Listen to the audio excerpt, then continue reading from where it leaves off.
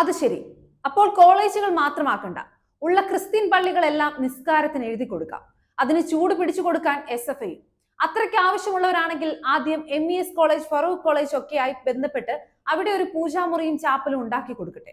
പെൺകുട്ടികൾക്ക് മസ്ജിദുകളിൽ നിസ്കരിക്കാൻ അവസരമില്ല എന്ന് പറഞ്ഞാണെങ്കിൽ അതുണ്ടാക്കാനുള്ള കാര്യം മുസ്ലിം പള്ളികൾ ചെയ്യണം. അതിനുവേണ്ടി ക്രൈസ്തവ സ്ഥാപനം വഴങ്ങിക്കൊടുക്കാനോ സൗകര്യം ചെയ്യാനോ പറ്റില്ല.